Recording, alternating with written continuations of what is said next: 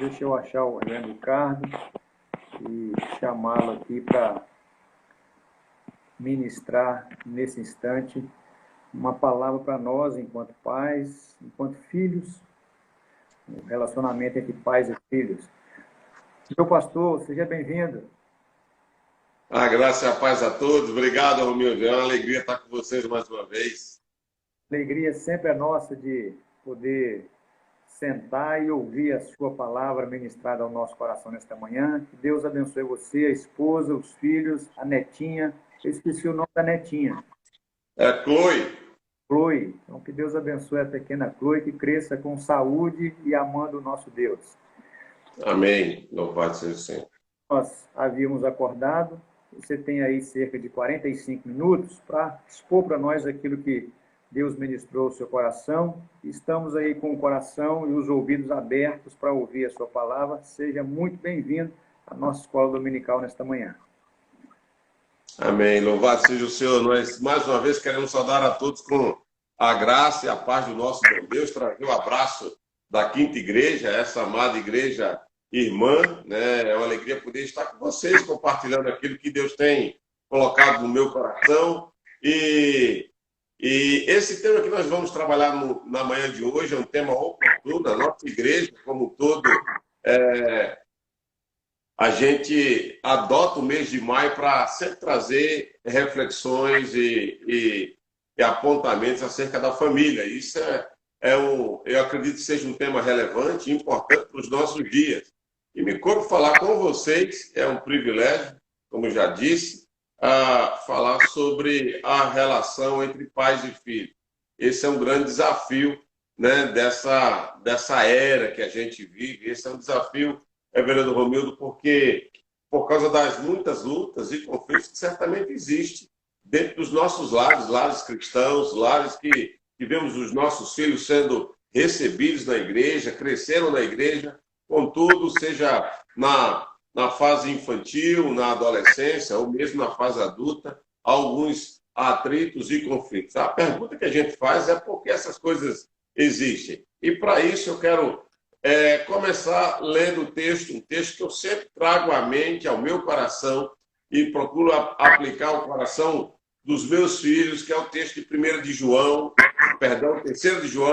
no verso número 4. Terceira carta de João, verso número 4. Esse texto vai ser o nosso texto para nortear a maneira como eu e você, como nós deveremos pensar acerca da relação entre pais e filhos. Então, terceira carta de João, no capítulo 1, né, só tem um capítulo, é o verso número 4. Diz assim a palavra de Deus, os irmãos acompanhem. Diz assim: não tenho maior alegria do que esta, a de ouvir que meus filhos andam na verdade. E para isso eu queria ter uma palavra de oração, para que a igreja, nesse momento, nesse mês da família, nesse tempo que a gente separa para abordar temas relevantes concernente à relação conjugal, à criação de filhos, à relação pai e filho, relação marido e mulher, marido e esposa, eu acredito que seja um tempo da gente orar a Deus, nos colocar diante do Senhor. Tenho dito que, à luz desse texto, que famílias saudáveis são famílias que são constituídas de membros, que promovem a alegria da família.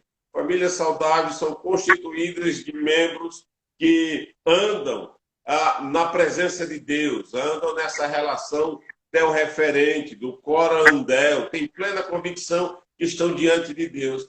E famílias que são famílias saudáveis, são famílias que estão alicerçadas e fundamentadas na verdade do Evangelho.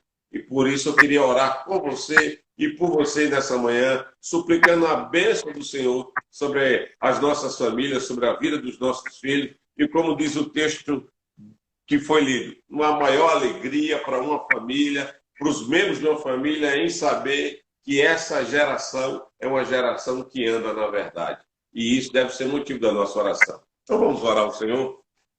Pai eterno, Deus santo, Deus bendito, graças te damos pela alegria de podermos estarmos reunidos nessa manhã, ó Deus, refletindo acerca de um tema tão relevante para a nossa vida pessoal, para a vida da igreja, para a vida das nossas famílias.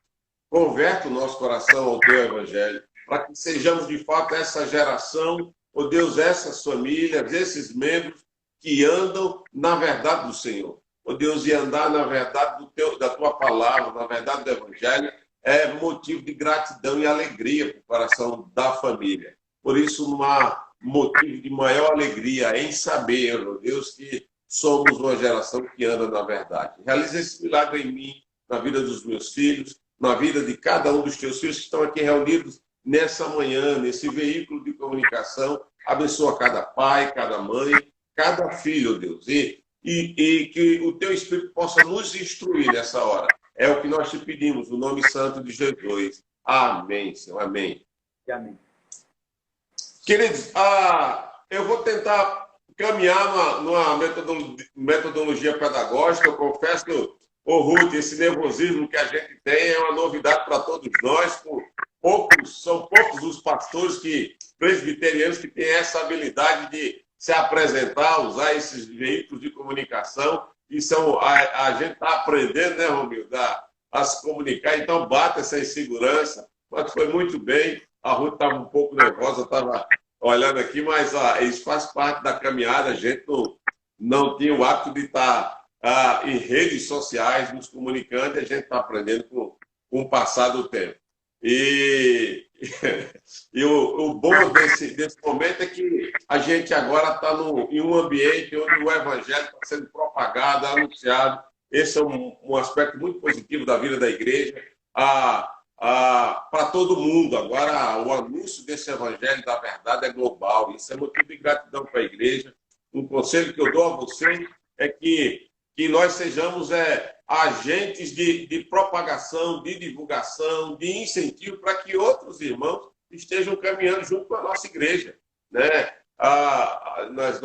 Eu estou fazendo esse parêntese aqui porque eu acho que é importante que os membros das nossas igrejas estejam envolvidos com os trabalhos das nossas igrejas nesse tempo de pandemia. Por causa do distanciamento social, a gente está cheio de crentes que ficam procurando pregadores de plantão. Aí, hoje é o pastor Ricardo, ele pega, então é o pastor Ricardo, não, vou passar.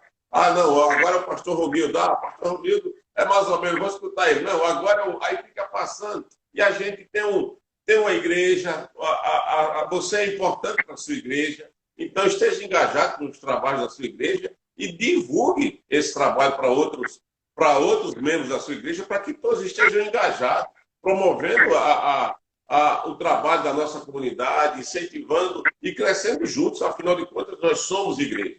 Ontem, eu vou dar início e a gente vai expondo aqui algumas reflexões. Então, o tema que nos cabe é falar sobre criação de pais e filhos. Eu acho que isso é um tema relevante, como eu falei. E o relacionamento de pais e filhos, quando me vem à mente, vem a primeira ideia que a gente precisa ter em mente é que a gente se relaciona uns com os outros porque somos criados à imagem e à semelhança de Deus.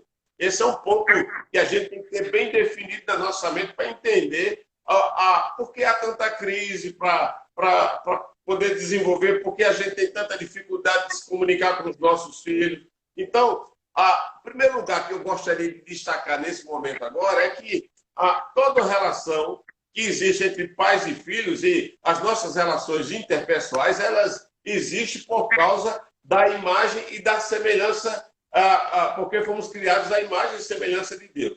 O problema está justamente no fato de que o pecado distorceu essa imagem. Como a nossa imagem está embaçada, ou seja, nós não enxergamos adequadamente o outro, aí é onde é que se dá, onde é que está a sede das razões dos conflitos nas nossas relações conjugais. A pergunta a ser feita é que tipo de relacionamento nós estabelecemos com os nossos filhos. E Cristo morreu na cruz justamente para redimir ou restaurar essa relação. Então a gente tem que ter em mente, em primeiro lugar, que a relação de pais e filhos, para que sejam de fato um relacionamento saudável, tem que estar diretamente ligado ao nível de relação que cada membro da família tem com Deus. Isso está diretamente ligado.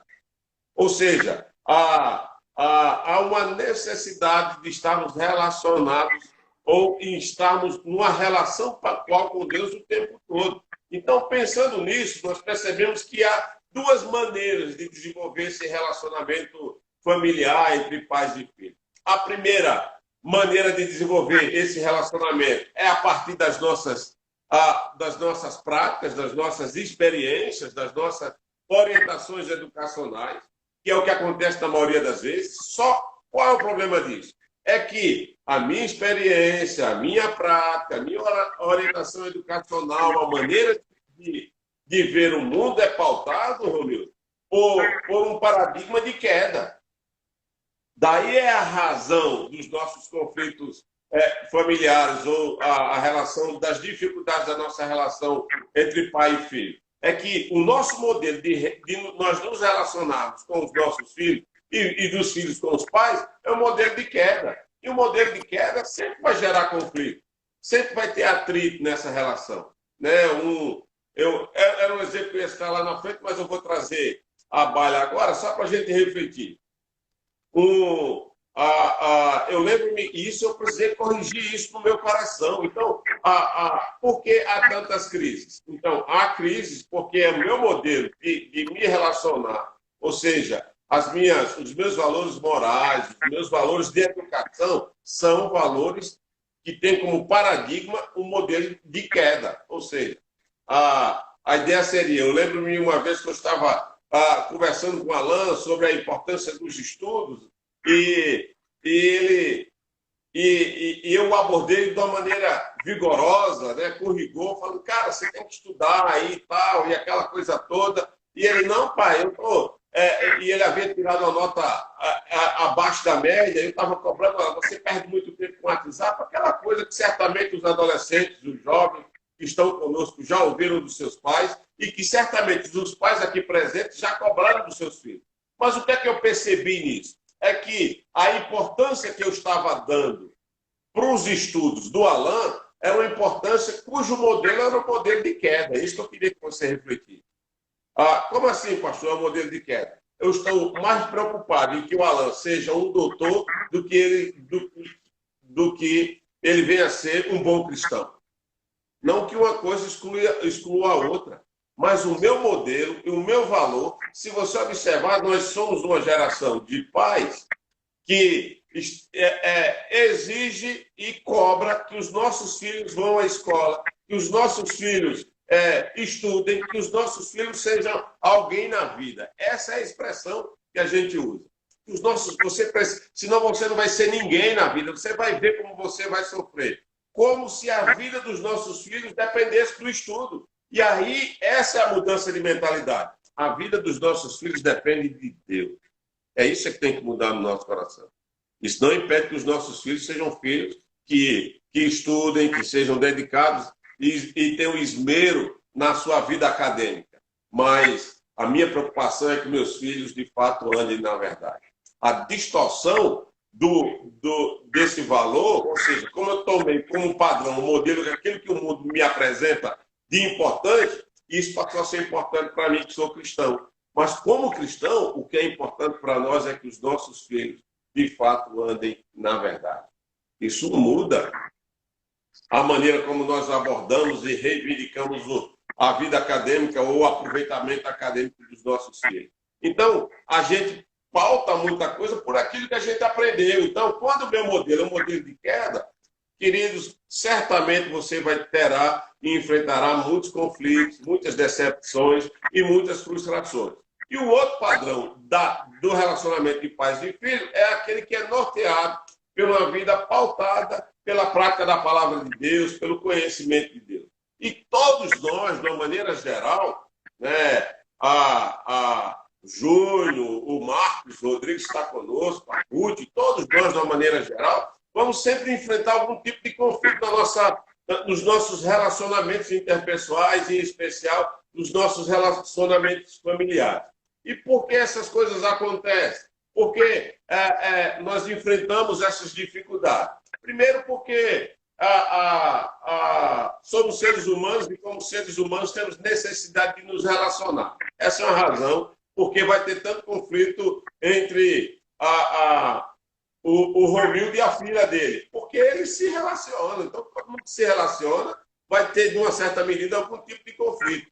E o segundo motivo pelo qual, ou pelos quais os conflitos existem, é porque nós somos pecadores, somos imperfeitos. E pessoas imperfeitas tendem a cobrar a perfeição dos outros e não de si própria. Isso faz com que os conflitos se potencializem. E aí eu lembro-me de um texto, eu quero nortear boa parte dessa reflexão a partir desse texto. Na verdade, são dois textos, ou um texto só, se a gente pegar toda a perícope, mas eu quero ler Tiago, capítulo 3, do verso 3 até o verso 16. Era para ler toda a perícope, mas eu acredito que o tempo não nos permite. E Tiago, capítulo 4. Lá no capítulo 3, no verso 13 ao 16, diz assim: quem entre vós é sábio e inteligente?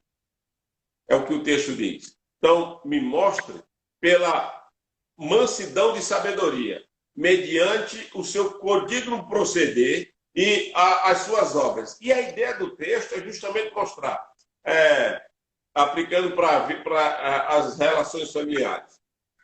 Quem dentro de vocês tem uma família saudável? Tem uma família equilibrada? Então, me mostre esse equilíbrio, essa saúde familiar, pela mansidão como você exerce a sabedoria.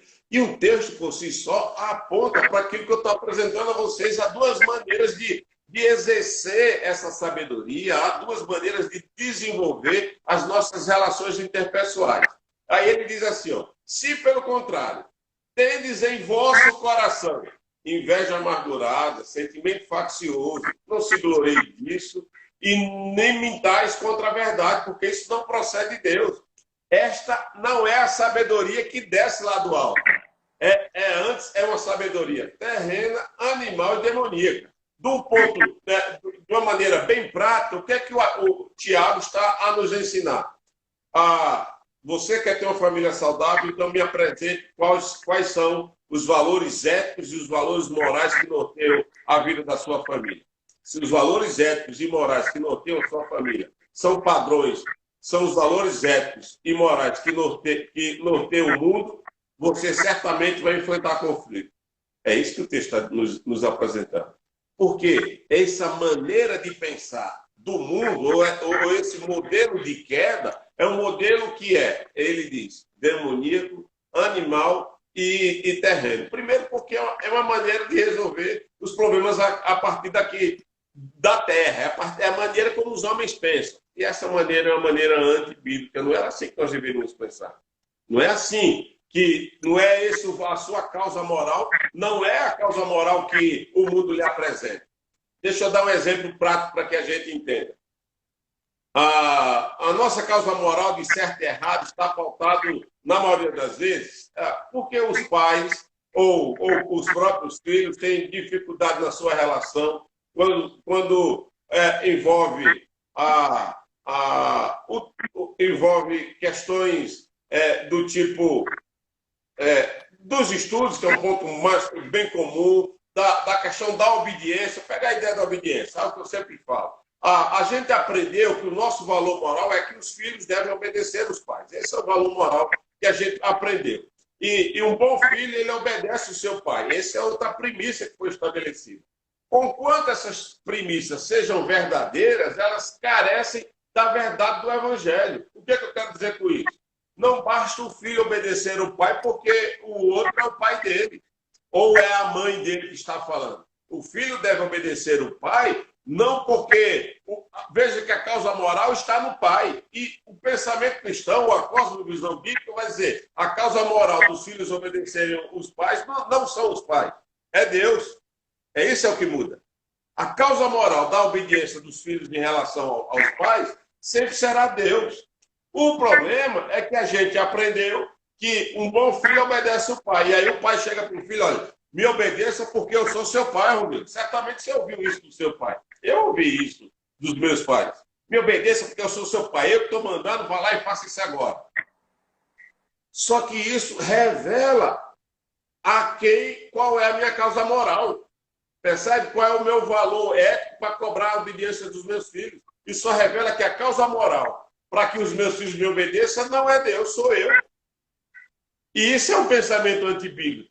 E aí o texto diz, esse é o pensamento terreno, é demoníaco, porque vai contra a verdade de Deus. Por isso que nos versos anteriores ele diz, não minta contra a verdade, não se orgulhe disso, não. Isso é você está indo contra a verdade do Evangelho. É demoníaco, ele diz, é demoníaco e animal, porque é instintivo. O animal não reflete sobre essas questões. O animal ele é irracional, age por instinto. Por isso que Tiago usa essas figuras de analogia para dizer, olha, quando você norteia a sua maneira de viver por valores de queda, quando o seu paradigma é o valor de queda, certamente a sua causa moral será demoníaca, porque é contra Deus. Ela vai ser terrena, porque não é do alto, procede das suas experiências, e ela vai ser, como diz o texto, animal, vai ser instintiva, irracional, vai agir de ímpeto, vai agir, vai falar o que vem na cabeça. Por isso a gente ofende e magoa aqueles que a gente deveria amar. Né? De quando em quando o filho vai dizer para o pai, então para que eu não deveria ter nascido? Para que eu só me teve? E isso fere o coração do pai. O pai, por sua vez, vai e fere o coração do filho pela maneira como ele trata. Então, isso acontece justamente por causa de que tipo de sabedoria que eu uso como padrão de desenvolvimento na minha relação familiar. Isso acontece porque qual é a sabedoria que nós usamos? A do alto ou da terra? Porque a da terra vai dizer, a do alto ele vai dizer, porque a sabedoria do alto, o valor moral do alto é puro, é pacífico, é indulgente, é tratável, é plena de misericórdia, e essa é a ideia. E se os irmãos observarem, se estiverem com o texto aberto aí em Tiago, no capítulo 3, vocês vão perceber, ele vai dizer que tudo isso está diretamente ligado por aquilo que está no seu coração. É uma pergunta que cabe a nós, como pais e filhos aqui presentes. O que é que está no nosso coração? Porque se o que está no nosso coração é um valor de queda, eu não tenho nenhum motivo de me gloriar. Por mais que eu tenha um bom poder aquisitivo, por mais que eu tenha sido bem sucedido na minha vida acadêmica, vida financeira, por mais que haja um aparente sucesso na minha vida, eu não tenho do que me gloriar, porque essa sabedoria e essa conduta é terrena, é animal e é demoníaca. E eu preciso, em Cristo Jesus, redimir esses valores e conduzir os meus filhos e a minha família aos pés da cruz de Cristo. Eu preciso refletir sobre isso. E aí, se a gente for lá no capítulo 4, no verso 1 de Tiago, ele vai dizer, de onde é que aqui está o segredo, de onde é que procede as crises e as contendas que há entre vós? De onde é que procede a dificuldade da nossa comunicação com os nossos filhos e dos filhos com os pais?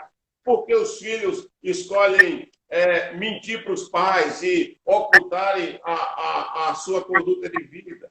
Porque os pais não conseguem atingir o coração dos seus filhos, diz o texto. De onde é que procede as nossas guerras, as nossas brigas, as nossas crises? E aí diz o texto, de onde, se não dos prazeres que militam na vossa carne? De novo, Tiago, Romildo, traz a sede da dificuldade da relação familiar, ele traz para esse contexto, para essa aplicação do coração. É por causa do valor e a causa ética que está no seu coração. E o que eu preciso entender, o que nós precisamos compreender como cristãos, se queremos de fato tornar a nossa relação familiar uma relação familiar saudável, e a ideia é muito mais do que cobrar dos nossos filhos que eles possam ir à igreja. E a gente acha que o papel dos pais é levar os filhos à igreja. Não. O papel dos pais é ensinarem os seus filhos a amarem a Deus de todo o seu coração, de toda a sua alma, de todo o seu entendimento. Nós falhamos nesse processo. Nós pecamos nesse processo. Nós pecamos quando deixamos de cumprir o Salmo 78, quando diz o que ouvimos e aprendemos, o que ensinaram os nossos pais, não ocultaremos aos nossos filhos, mas anunciaremos às vindouras gerações o seu poder, as maravilhas que fez. E o texto vai dizer, para que eles cumpram e obedeçam os seus mandamentos. nós não cumprimos os mandamentos de Deus e queremos que os nossos filhos cumpram. E é aí que acontece a guerra. De onde é que procede a guerra? Por causa da causa moral. Ou seja, o que eu estou mais preocupado com o que os outros vão pensar acerca de mim e da minha família do que Deus pensa e requer de mim e da minha família. Eu tenho mais zelo para a opinião dos outros do que em agradar a Deus. E isso é o tensor, é onde fica a tensão superficial para transbordar o copo d'água. Né? Quando você enche um copo d'água que faz aquela hipérbolizinha bem em cima, aí fica faltando só uma gota para transbordar. Então, essa tensão superficial que existe é justamente essa linha tênue entre agradar a Deus e agradar o seu coração. Então, de onde é que procede as nossas brigas? Porque, na maioria das vezes, eu quero agradar o meu coração. Então, eu cobro o estudo dos meus filhos, não é porque eu quero que os meus filhos amem a Deus e vivam da maneira que o agrade. É porque eu quero que eles sejam ricos e bem-sucedidos na vida. E aí, como eles não estão suprindo as minhas aspirações em que eles sejam bem-sucedidos na vida, isso faz com que eu fique transtornado e inseguro. E o que é que vai ser deles? E quando eu morrer, como se essa fosse a minha... para os nossos olhos, a gente considera isso como legítima a nossa preocupação. Mas diante de Deus, a gente está com a preocupação no foco errado. E aí o texto de Tiago, no capítulo 4, fala, de onde é que procedem as nossas guerras, as nossas crises? Do desejo de satisfazer o nosso coração. Aí ele chama essa conduta de infidelidade, no verso 4. Eu não vou expor todo o texto, não, que aí tem o verso 2, o 3, que vai dizendo, olha, vocês pedem, interferem na nossa oração, mas eu quero chamar a atenção para o verso 4. Nós não compreendemos, diz o verso 4, não compreendeis que a amizade do mundo se constitui inimiga de Deus? Nós não entendemos isso ainda. Enquanto eu adotar padrões caídos como modelos e ideais de existência nessa presente era, eu me constituo inimigo de Deus? Ainda não compreendi isso. Eu nunca vou agradar a Deus quando o que mais me importar é a minha condição financeira, o meu sucesso acadêmico. Ainda não compreendi isso. Eu lembro-me uma vez, gente, eu estou falando isso porque eu tive que aprender a organizar isso no meu coração. Dentro do aconselhamento, o reverendo Romildo deve saber disso, a gente sempre fala de ídolos do coração. Calvino vai dizer que o nosso coração é uma fábrica de ídolos, e um dos grandes ídolos do meu coração era essa questão acadêmica. Por isso que eu estou batendo tanto nessa questão acadêmica. Eu sempre cobrei isso dos meus filhos. E aconteceu vários episódios onde Deus foi me ensinando a derribar esses ídolos do meu coração, porque eu julgava que o futuro dos meus filhos estavam em eles serem bem-sucedidos academicamente. E ambos estudam hoje, estão nas suas respectivas faculdades, mas eu lembro-me que um episódio com a Riane. A Riane sempre foi uma boa aluna, sempre foi dedicada nos estudos, muito mais do que o Alan. A gente sempre tem esse tipo de analogia, né? Mas a Riane ela sempre foi mais... teve essa disposição para os estudos. E eu fui criado, porque minha mãe era pedagoga, né? Então, eu fui criado dentro dessa categoria, sempre fui estimulado a estudar, a ler, a pesquisar, a fazer concurso. E aconteceu vários episódios com a Riane que foi corrigindo meu coração. O primeiro deles foi a questão da prova do PAS. A Riane fez o PAS, o primeiro PAS, tem uma nota boa, razoável, bacana. Fez o segundo PAS, não, o terceiro, aí no segundo PAS ela perdeu a prova. Aquilo me contrariou demais. Eu cheguei, Riane, como é que você fez isso? Você perdeu a inscrição, você não foi para a prova, como é que você fez um negócio desse? E eu sei que o mundo acabou para mim naquele dia. Eu fiquei chateado, eu explodi. Riane, o que é que vai ser da sua vida? Olha que idiotice a minha, que estupidez da minha parte.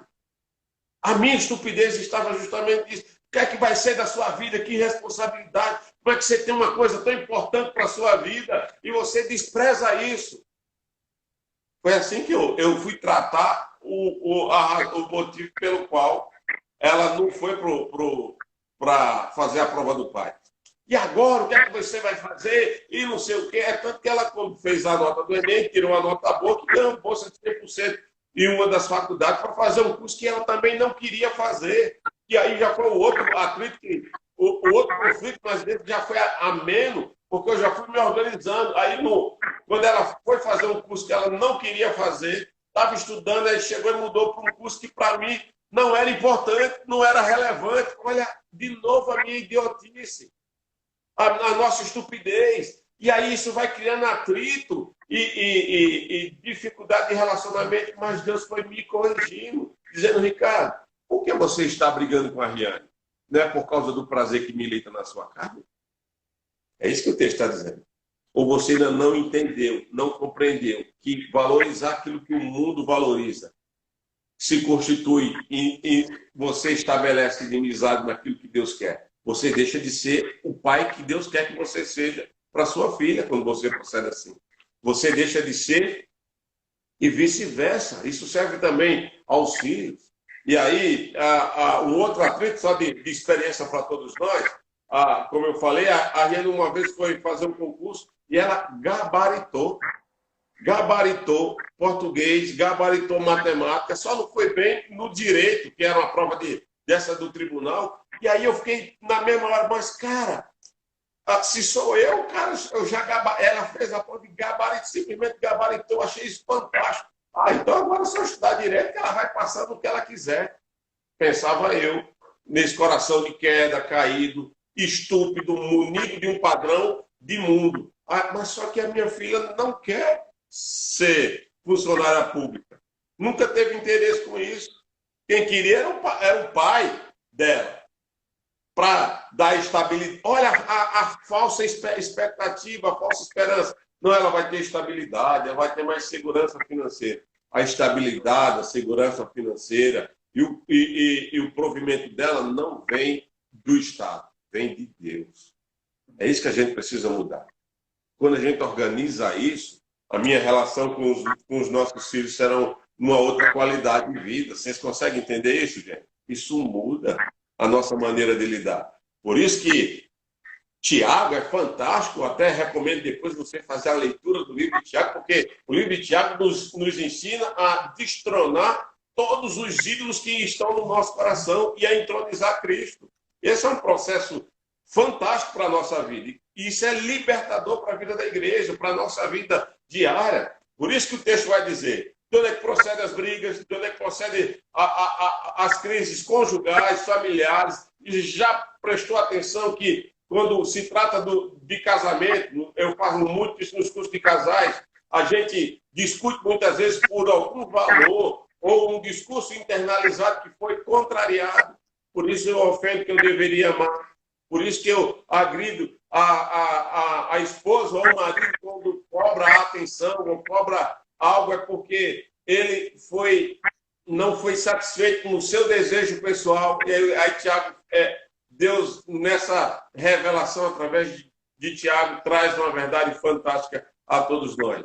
Você discute e briga do jeito que briga por causa dos desejos do seu próprio coração. Por isso há tanto atrito. E aí ele diz, infiéis, você não sabe que quando você procede assim, você se torna inimigo de Deus, porque o que Deus requer de mim e de você como pais e como filhos é que a nossa maneira de proceder seja norteada pela sabedoria que vem do alto.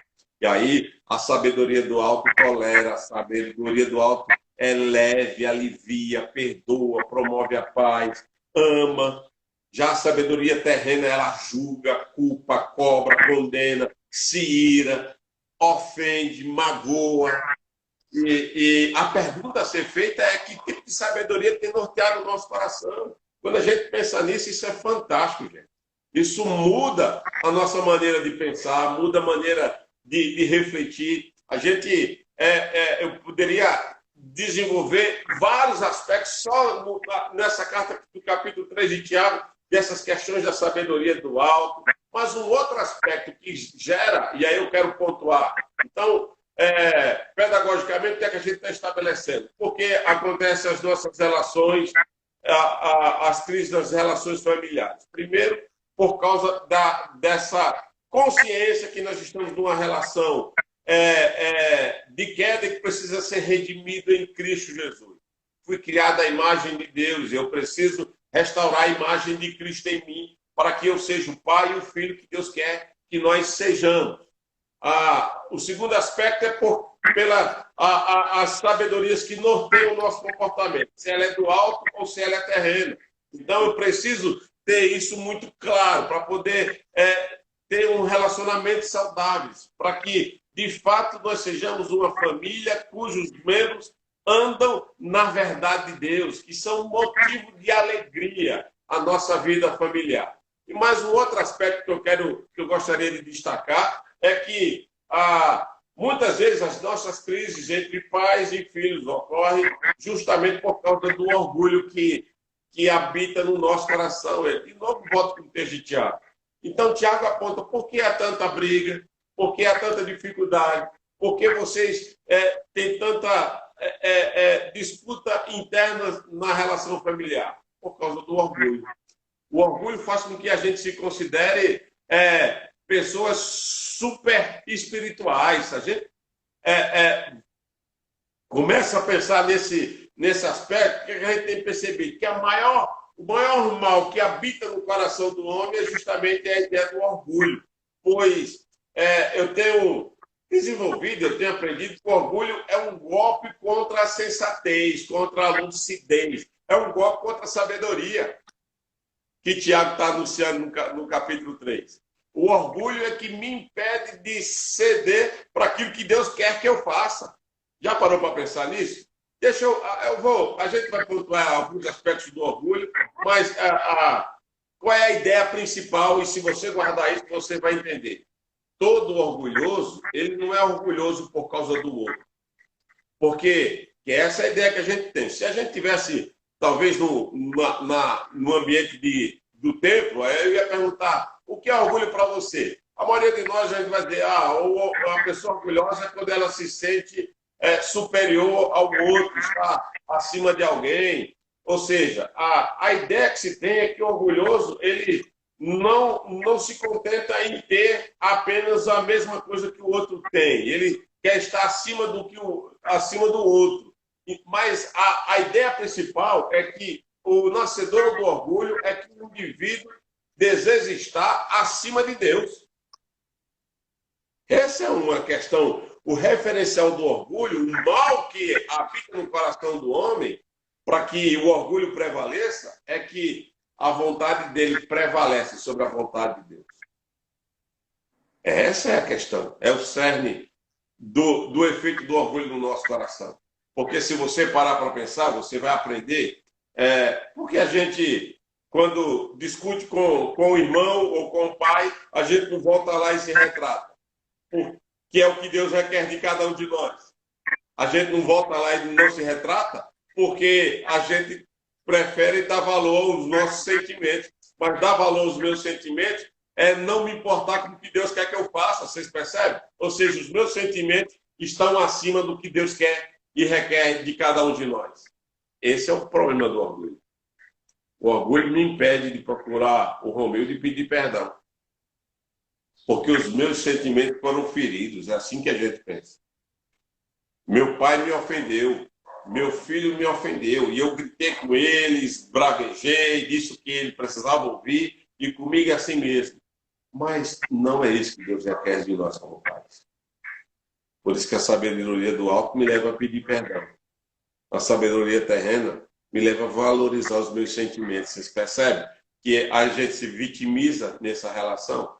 Então, o orgulho é justamente esse outro mal. E todo orgulhoso, ele milita contra a verdade. Todo orgulhoso, ele é descontente, nunca está satisfeito, sempre quer algo mais. Essa é a luta que existe dentro de nós, né? Esse desejo de estar acima. E quando em aconselhamento se fala do orgulho, né? A tentação que a serpente trouxe a Eva é que Eva poderia ser igual a Deus. Essa foi a sugestão da serpente para Eva. Se você fizer isso, você será igual a Deus. E todo ser humano tem dentro de si três desejos latentes e potentes dentro do seu coração. O desejo de autonomia, o desejo de independência, todo mundo quer fazer o que bem quer, sem depender de ninguém, e o desejo de liberdade. A gente vive lutando por isso. A gente quer ser autônomo, nós queremos ser independentes, nós queremos ser suficientes. Eu não preciso de ninguém, e esses são sentimentos peculiares do orgulho. São sentimentos que advêm de um coração endurecido. Então, o orgulho me impede de recomeçar, o orgulho me impede de encontrar contentamento com aquilo que Deus me dá, o orgulho me torna insensato, me faz ir contra a verdade, e a palavra de Deus está cheia, repleta. Se a gente tivesse tempo, a gente poderia ir lendo texto a texto, mostrando, você prega Provérbios 16, 18, Provérbios 15, 33, o próprio texto de Tiago, no capítulo 4, no verso 6, aponta para isso, ou seja, o orgulho precede a ruína. Todo orgulhoso, eu costumo dizer, que todo orgulhoso um dia vai cair, um dia vai tropeçar. E se você observar, a maioria dos nossos tropeços, das nossas más escolhas, estão diretamente ligados ao fato do orgulho tomar conta do nosso coração. O orgulhoso distorce a verdade. Aí eu lembro do texto, esse texto eu gostaria de ler com vocês. Isaías, no capítulo 5, verso 20. Isaías 5, 20. Deixa eu abrir aqui para a gente ler ele rapidinho com vocês. Abra aí Isaías 5, 20. Diz assim... E a premissa e a ideia é para a gente guardar no coração que o orgulho ou o orgulhoso distorce a verdade. O profeta Isaías diz assim no capítulo 5, verso 20: ai de vós, que ao mal chamam bem e ao bem chamam mal. Ou seja, o orgulho nos faz com que a gente distorça a verdade. Ou seja, diz o texto, fazem da escuridão luz e da luz escuridão, do amargo doce e do doce amargo. Olha aqui como o texto vai descrevendo. E no verso 5 ele diz assim: ai dos que são sábios aos seus próprios olhos, e prudentes aos seus próprios conceitos. É o que Tiago está nos ensinando.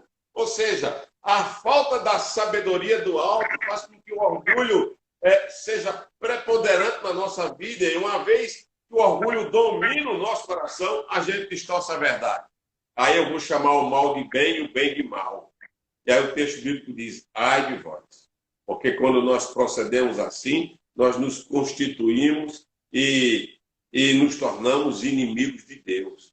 Isso é sério, gente. Isso merece uma reflexão mais profunda.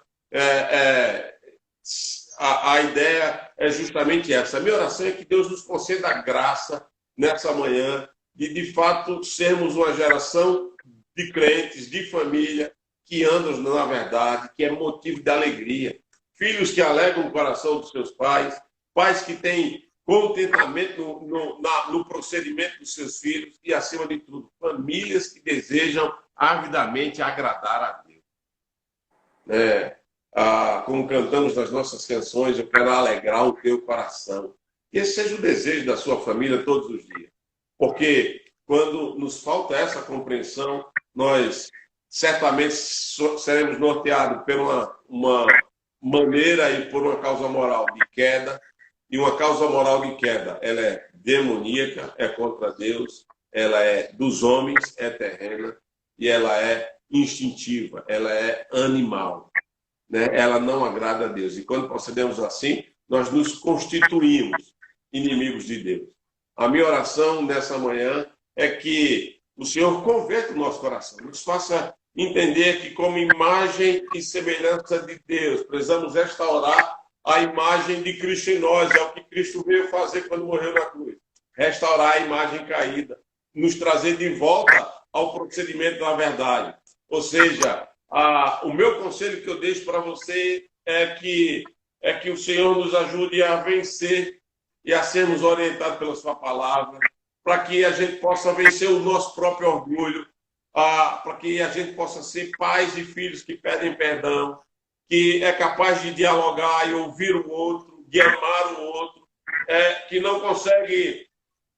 que consegue sentir a dor do seu filho, sentir a dor, compreender a falta do seu filho e conduzi-lo a Cristo. Deixa eu dar uma outra experiência que eu sempre aplico ao meu coração. Eu sempre vou advertir os meus filhos para que eles não errem. Eu faço isso o tempo todo. Advirto e sou rigoroso para que eles não errem. Mas quando eles erram, eu tiro o rigor e aplico o amor. Essa é a ideia. Não sei se eu me fiz compreender. Eu sou rigoroso para evitar o erro. Mas quando o erro acontece, eu tiro o rigor e aplico o amor. Por que eu acho isso importante? Porque todo errado não precisa de um juiz para condenar. Ele precisa de alguém que estenda a mão para colocar de pé. Foi o que Cristo fez por mim e por você. Foi o que Cristo fez pelaquela mulher adulta que estava prestes a ser apedrejada. Todo errado já sabe que está errado. Ele não precisa de ninguém mais apontando dele. Ele já sabe que está errado. O que ele precisa é de um pai, de um filho, de um amigo que estenda a mão e aponta o caminho da verdade. É isso que a gente precisa entender. Então, quando nós compreendemos isso, nós vamos entender algo que eu sempre compartilho e é um entendimento que se tem que a família é esse ambiente bendito que Deus nos concedeu para que a gente possa viver os frutos, o fruto do Espírito. A família, esse ambiente de Deus, esse laboratório pedagógico, onde a gente aprende a ser verdadeiramente cristão. Então, e nessa manhã, espero ter contribuído um pouco com vocês, e nessa manhã a gente possa vencer o nosso orgulho, abandonar a nossa sabedoria, os nossos modelos e paradigmas de queda, nos voltar para a palavra, nos alinhar com aquilo que Deus requer de nós e que, acima de tudo, que nós sejamos uma família saudável. Essa é a minha oração em favor da sua vida e da vida da sua família, para que a gente tenha essa capacidade de gerenciar os nossos pensamentos e as nossas relações, levando a nossa mente cativa ao pensamento em Cristo, fazendo com que a nossa maneira de desenvolver a nossa relação seja pautada na vontade de Deus, onde nós vamos reeditar a nossa história alinhada com aquilo que Deus requer de nós e que possamos trilhar o verdadeiro caminho que se chama Jesus Cristo. Que Deus abençoe. Obrigado pela oportunidade. Espero ter contribuído. Eu me coloco à disposição. O tempo é corrido, mas a gente tentou provocar essas reflexões à luz da palavra de Deus. Obrigado, Romildo. Obrigado, Quarta Igreja. A todos que estão conosco. Deus abençoe cada um. Bem, Ricardo, obrigado pelo carinho de ter atendido aí a solicitação. Que Deus abençoe você, sua distinta esposa, os filhos da Netinha e a Quinta Igreja. Um forte abraço, meu irmão. Deus abençoe. Amém. Obrigado. Tchau, gente. Deus abençoe.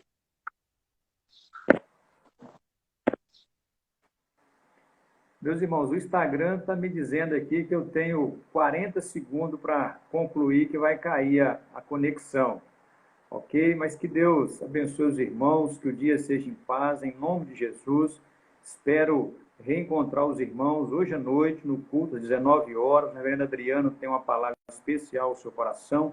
E lembrando também que às 16 horas tem uma programação especial aí para as nossas crianças no canal do YouTube da nossa igreja. Que Deus nos dê um dia em paz, em nome de Jesus. E relembrando que próximo domingo o presbítero Charles estará trazendo uma palavra sobre finanças e na família. E eu espero reencontrar vocês. Fiquem todos na paz de Cristo. Vou fazer uma oração silenciosa aqui que o tempo está acabando.